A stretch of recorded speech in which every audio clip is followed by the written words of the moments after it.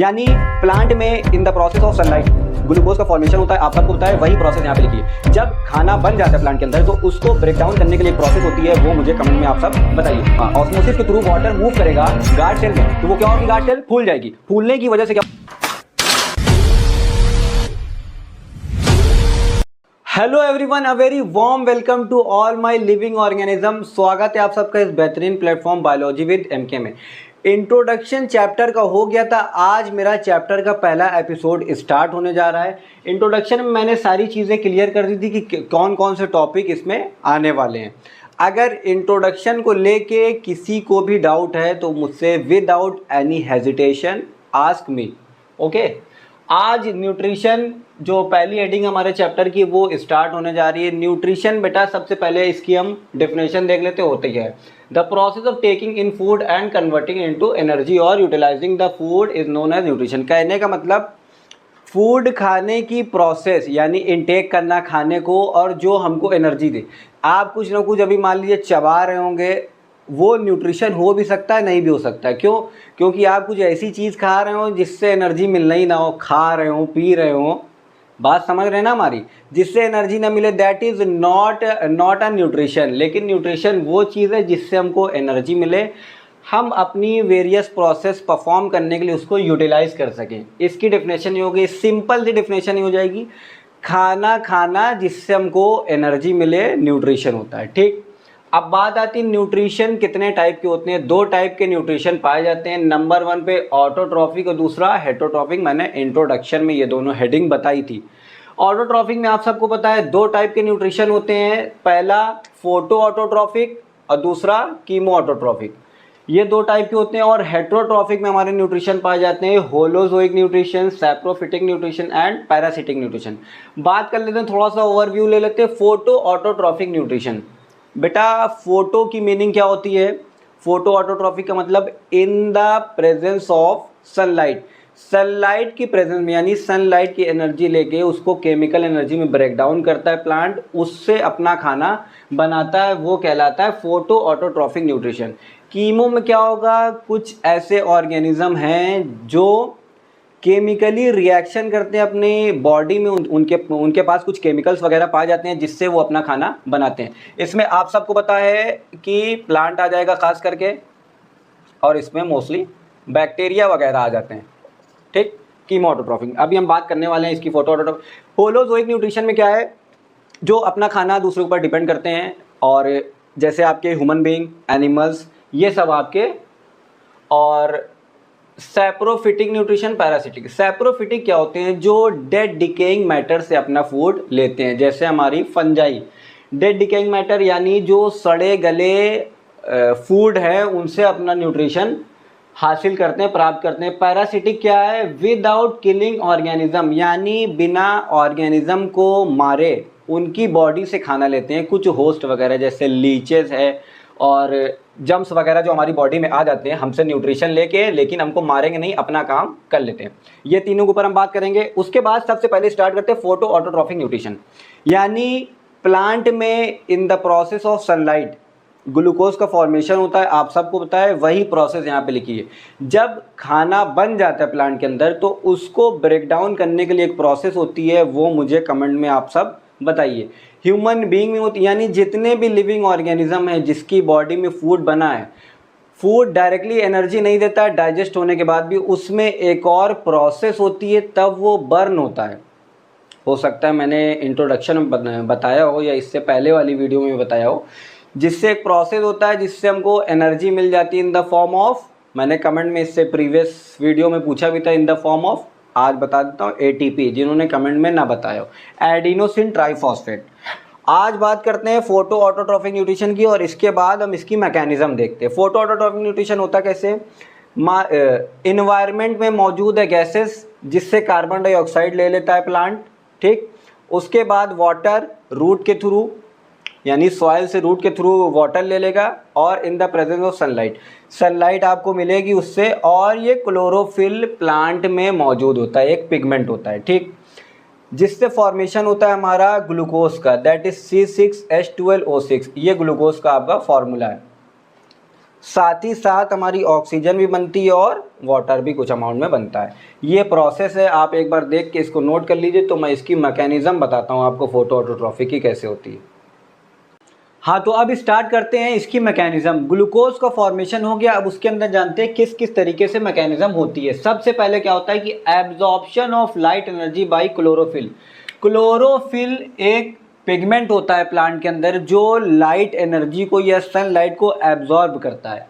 Absorb करने के बाद इसको क्या करेगा, कन्वर्ट कर देगा लाइट एनर्जी को टू केमिकल एनर्जी, यानी जो एक्टिविटीज होती है फोटोसिंथेसिस में। लाइट एनर्जी को क्लोरोफिल ने एब्जॉर्ब कर लिया, अब उसको कन्वर्ट करेगा केमिकल एनर्जी में, जिससे क्या होगा, splitting of water molecule. Water molecule यानी जैसे अगर हम बात करें H2O, ये ब्रेक डाउन हो जाएगा हाइड्रोजन में एंड ऑक्सीजन में। ये ब्रेक डाउन हो जाएगा इनटू हाइड्रोजन एंड ऑक्सीजन, दोनों चीज में डिवाइड हो जाएगा। फिर उसके बाद तीसरा स्टेप क्या परफॉर्म होता है, reduction of carbon dioxide to carbohydrate. जो हमने बताया कार्बोहाइड्रेट अल्टीमेटली ग्लूकोज का फॉर्मेशन होता है, उससे जो कार्बन डाइऑक्साइड मौजूद है इन्वायरमेंट में, एयर में मौजूद होती है ना, mixture of gases, carbon dioxide, oxygen है, सल्फर है, नाइट्रोजन है, बहुत सारी गैसेस होती। उसमें जब प्लांट गैस ले लेगा कार्बन डाइऑक्साइड, तो वो कार्बोहाइड्रेट में उसको तोड़ेगा या ब्रेक डाउन करेगा। रिक्वायरमेंट की हम बात करें, क्या क्या रिक्वायरमेंट होती है, देखिए 4 चीज़ें इसेंशियल है जो प्लांट को चाहिए खाना बनाने के लिए। पहला वाटर, गैस जिसको कार्बन डाइऑक्साइड गैस कहते हैं, क्लोरोफिल एंड लाइट। लाइट का मेन रोल है सनलाइट। लाइट क्या है, सनलाइट क्या है, जिसको क्लोरोफिल एब्जॉर्ब करेगा, अभी मैंने बताया। उसके बाद carbon dioxide, carbon dioxide environment के थ्रू आएगी। अभी कौन कार्बन डाइऑक्साइड गैसीय एक्सचेंज कौन रोल प्ले करेगा, मैं उसको ही बताता हूँ। उसके बाद वाटर, वाटर आप सबको पता है प्लांट रूट के थ्रू, वाटर रूट के through different part of the plant पहुंचा देता है। जिसको कौन सा टिश्यू पहुंचाता है, अगर किसी को पता हो तो वीडियो 2 सेकंड के लिए पॉज करके कमेंट करके बताइए, वरना मैं बता रहा हूं। जाइलम, जाइलम जो टिश्यू होता है वो वाटर कंडक्टिंग टिश्यू है, वाटर का ट्रांसपोर्ट करता है different part of the plant में। उसके बाद कार्बन डाइऑक्साइड, कार्बन डाइऑक्साइड जो कि गैस है, अब इसका एक्सचेंज कैसे होता है, through the small opening present on leaves called stomata. Leaf के अंडर सरफेस पे बेटा आप लोग देखेंगे तो उसमें स्टोमेटल ओपनिंग एंड क्लोजिंग होती है, यानी स्टोमेटा पाए जाते हैं, जिसकी वजह से गैसियस एक्सचेंज होता है। उसमें क्या है, स्मॉल टाइनी पोर्स होते हैं, बहुत ही छोटे छोटे पोर जो गैसियस एक्सचेंज के लिए रिस्पॉन्सिबल होते हैं। अब ये जो स्टोमेटा होता है on the surface of leaf, small tiny pore होता है, ये स्टोमेटा किडनी बीन शेप, यानी आप किडनी का शेप या बीन राजमा का शेप जो देखते हैं उस शेप का होता है। Shaped cells are present called guard cell.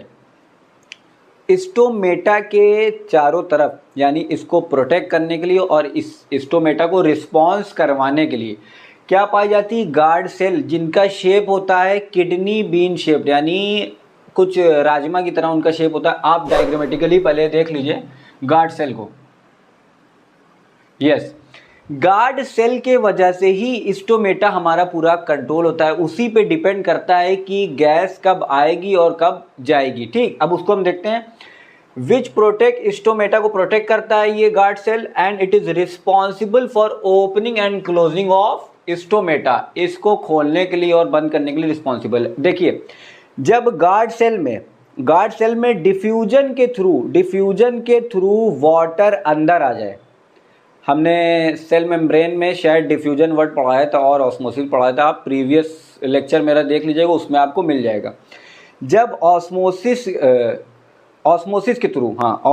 के थ्रू वाटर मूव करेगा गार्ड सेल में, तो वो क्या होगी, गार्ड सेल फूल जाएगी। फूलने की वजह से क्या होता है, स्टोमेटा ओपन हो जाता है। कोई चीज़ फूलती है तो वो एक्सपैंड होती है, एक्सपैंड होने की वजह से चीज़ें ओपन होती है। देखिए यहाँ पे लिखा हुआ है, when guard cell swells stomata open.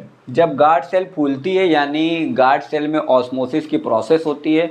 Osmosis का मतलब क्या है कि वाटर का movement from higher concentration to the lower concentration. देखिए, उसके बाद व्हेन गार्ड सेल श्रिंक, जब गार्ड सेल के अंदर से पानी निकल जाएगा। देखिए यहाँ पे मेंशन नहीं है वाटर मॉलिक्यूल, लेकिन मैं आपको एक एडिशनल पॉइंट बता रहा हूँ कि जब गार्ड सेल से श्रिंक हो जाएगा, यानी श्रिंक हो जाएगी गार्ड सेल, पानी उसमें से निकल जाएगा, तो स्टोमेटा हमारा ऑटोमेटिकली बंद हो जाएगा। ठीक, अब हम इसके फंक्शन की बात करते हैं। स्टोमेटा का मेन प्लांट के अंदर फंक्शन क्या होता है? सबसे पहले ये ट्रांसपरेशन करता है। ट्रांसपरेशन की मीनिंग बहुत से लोगों को पता होगी और बहुत से लोगों को ना पता होगी। Loss of water, it is known as transpiration in the plant. Plant में जो लॉस ऑफ वाटर होता है वो ट्रांसपरेशन कराता है। लॉस ऑफ वाटर क्यों होता है? ताकि प्लांट अपनी टेम्परेचर को मेंटेन कर सके, कूल डाउन कर सके प्लांट को। ठीक, इसकी वजह से होता है। और ऑस्मोसिस की वजह से भी होता है। ऑस्मोसिस का मतलब जब प्लांट के अंदर एक्सेस अमाउंट में पानी आ जाता है तो वो हायर टू लोअर मूव करता है। उसके बाद इसका मेन रोल क्या है? Exchange of gases during photosynthesis and respiration. Respiration वाला पार्ट अभी आप जाने नहीं, फोटोसिंथेसिस में मैंने ऑलरेडी बता दिया आपको। रिस्पायरेशन में भी ये क्या करता है, लेकिन रिस्पायरेशन में ये क्या करेगा? ऑक्सीजन इनटेक करेगा, CO2 रिलीज आउट करेगा। जैसे ह्यूमन बींग रिस्पायर करते हैं वैसे ये भी करते हैं। जब इसके अंदर फूड बन जाता है तो ये रिस्पायरेशन करता है, इसी के थ्रू, स्टोमेटा के थ्रू, जो टाइनी पोल लगे हुए हैं, जिससे ब्रेकडाउन ऑफ फूड होता है और हम लोगों को एनर्जी मिलती है या प्लांट को एनर्जी मिलती है। दोनों में रिस्पायरेशन सेम है। In the form of ATP हमको एनर्जी मिल जाती है। ये आप नोट कर लीजिए इसको, बहुत ही ईजी है। मेरे ख्याल से एक पेज में आराम से बिल्कुल आ जाएगा। इसके बाद नेक्स्ट टॉपिक हम स्टार्ट करेंगे जो होलोजोइक न्यूट्रिशन के ऊपर है, और उसके बाद डाइजेशन वगैरह सारी चीज़ें मैं एकदम आसान तरीके से यहाँ पे करवा दूंगा। आपको एकदम टेंशन फ्री रहना है, बस अपनी नोट्स मेंटेन रखिए ताकि एग्ज़ाम के पहले आप बस एक बार रीड करेंगे वो चीज़ें आपको रिमाइंड हो जाएगी। नोट्स अभी आप बना रहे होंगे, जैसे ही आप बनाएंगे फ़ौरन चीज़ें आपको याद हो जाएगी। कोई भी एक चीज़ यहाँ पर डिफ़िकल्ट नहीं है, बहुत ही शॉर्ट करके मैंने लिखाया है। बुक में आप इसको देख सकते हैं, बहुत ही लंबे लंबे लिखे होते हैं। एक एक हेडिंग 1 पेज 2 पेज 1.5 पेज की लिखी होती है। ठीक है, तो बेटा इसको नोट कर लीजिए। Thank you.